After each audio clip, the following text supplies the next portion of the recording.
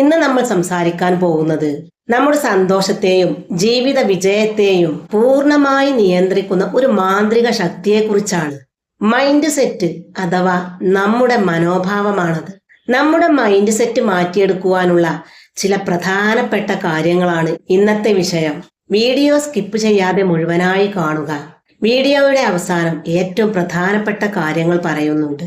നമ്മൾ നമ്മെക്കുറിച്ചും ഈ ലോകത്തെക്കുറിച്ചും വെച്ചു പുലർത്തുന്ന വിശ്വാസങ്ങളും ചിന്താഗതികളുമാണ് നമ്മുടെ മൈൻഡ് സെറ്റ് എന്നത്. ഇതൊരു മെന്റൽ ഫിൽട്ടർ പോലെയാണ്. ഇതിലൂടെയാണ് നമ്മൾ പുറം ലോകത്തെ കാണുന്നതും അനുഭവിക്കുന്നതുമെല്ലാം. പ്രശസ്ത സൈക്കോളജിസ്റ്റായ കരോൾ ഡ്യൂക്കിന്റെ പഠനമനുസരിച്ച് മനുഷ്യരിൽ പ്രധാനമായും 2 തരം മൈൻഡ് സെറ്റാണുള്ളത്. Fixed mindset, growth mindset എന്നിവയാണവ. എന്റെ കഴിവും ബുദ്ധിയും ജന്മനാ എനിക്ക് കിട്ടിയതാണ്, അത് മാറ്റാൻ എനിക്ക് കഴിയില്ല എന്ന് വിശ്വസിക്കുന്ന അവസ്ഥയാണ് ഫിക്സഡ് മൈൻഡ് സെറ്റ് എന്നത്. ഇങ്ങനെയുള്ളവർ പരാജയങ്ങളെ ഭയക്കുകയും വെല്ലുവിളികളിൽ നിന്ന് ഒളിച്ചോടുകയും ചെയ്യും. കഠിനാധ്വാനത്തിലൂടെയും നിരന്തരമായ പരിശീലനങ്ങളിലൂടെയും എന്റെ കഴിവുകൾ വളർത്താൻ എനിക്ക് കഴിയും എന്ന് വിശ്വസിക്കുന്ന രീതിയാണ് ഗ്രോത്ത് മൈൻഡ് സെറ്റ് എന്നത്.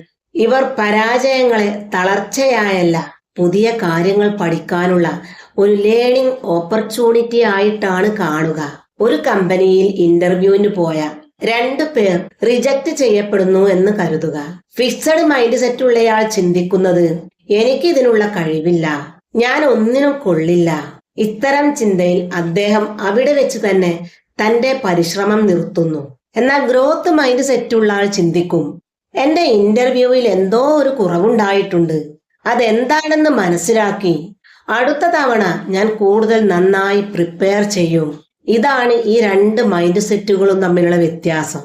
മൈൻഡ് സെറ്റുകൾക്ക് നമ്മുടെ ജീവിതത്തിൽ വളരെയധികം പങ്കും പ്രാധാന്യവുമുണ്ട്. 2 വ്യക്തികൾക്ക് ഒരേ കഴിവുകൾ ഉണ്ടായാലും ജീവിതത്തിൽ അവരെവിടെ എത്തുമെന്ന് തീരുമാനിക്കുന്നത് അവരുടെ മൈൻഡ് സെറ്റാണ്.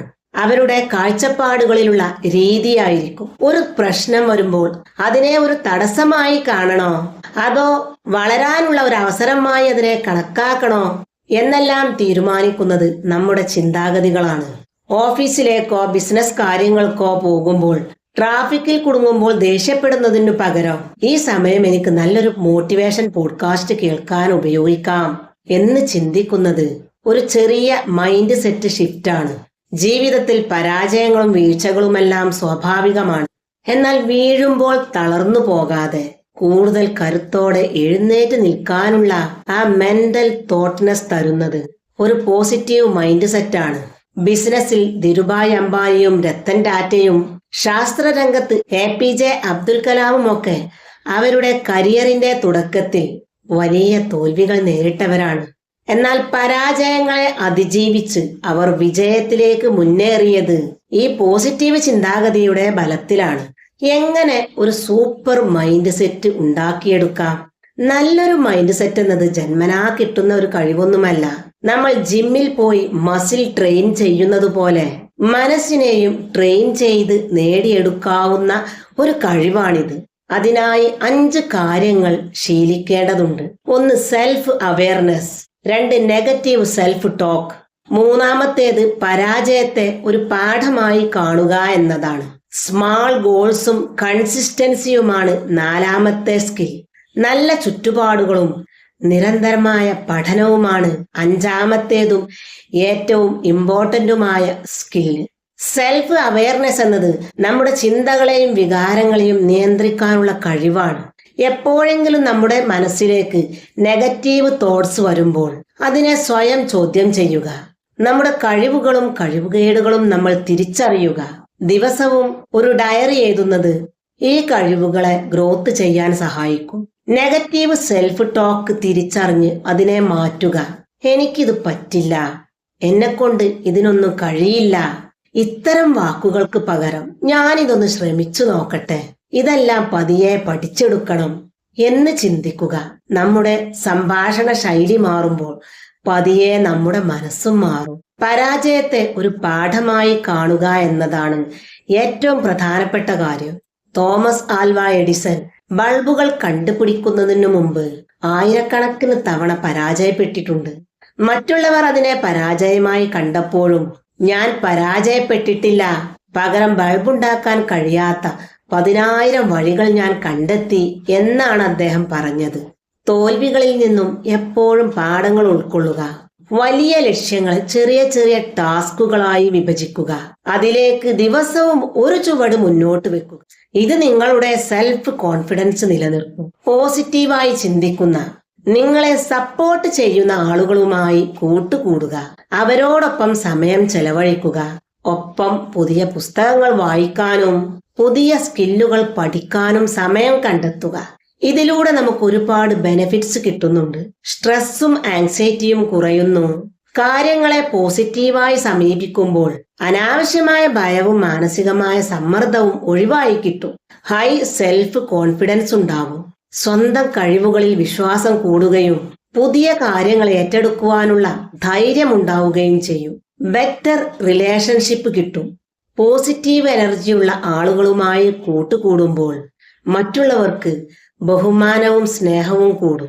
ഇത് വ്യക്തികൾ തമ്മിലുള്ള റിലേഷൻഷിപ്പ് വർദ്ധിപ്പിക്കും. പ്രോബ്ലം സോൾവിംഗ് എബിലിറ്റി വർദ്ധിക്കും. പ്രശ്നങ്ങളെ കണ്ട് ഭയപ്പെടുകയും തളരുകയും ചെയ്യാതെ വളരെ വേഗത്തിൽ അതിനുള്ള സൊല്യൂഷൻ കണ്ടെത്താൻ നിങ്ങൾക്ക് സാധിക്കും. നമ്മുടെ ചിന്തകളാണ് നമ്മുടെ ലോകം നിർണയിക്കുന്നത്. നമ്മൾ ചിന്തിക്കുന്നത് പോലെയാണ് നമ്മുടെ ജീവിതം രൂപപ്പെടുന്നത്. അതുകൊണ്ട് ദിവസവും ഒരു ചെറിയ ശ്രമങ്ങളിലൂടെയെങ്കിലും ഒരു ഗ്രോത്ത് മൈൻഡ് സെറ്റ് വളർത്തിയെടുക്കുക.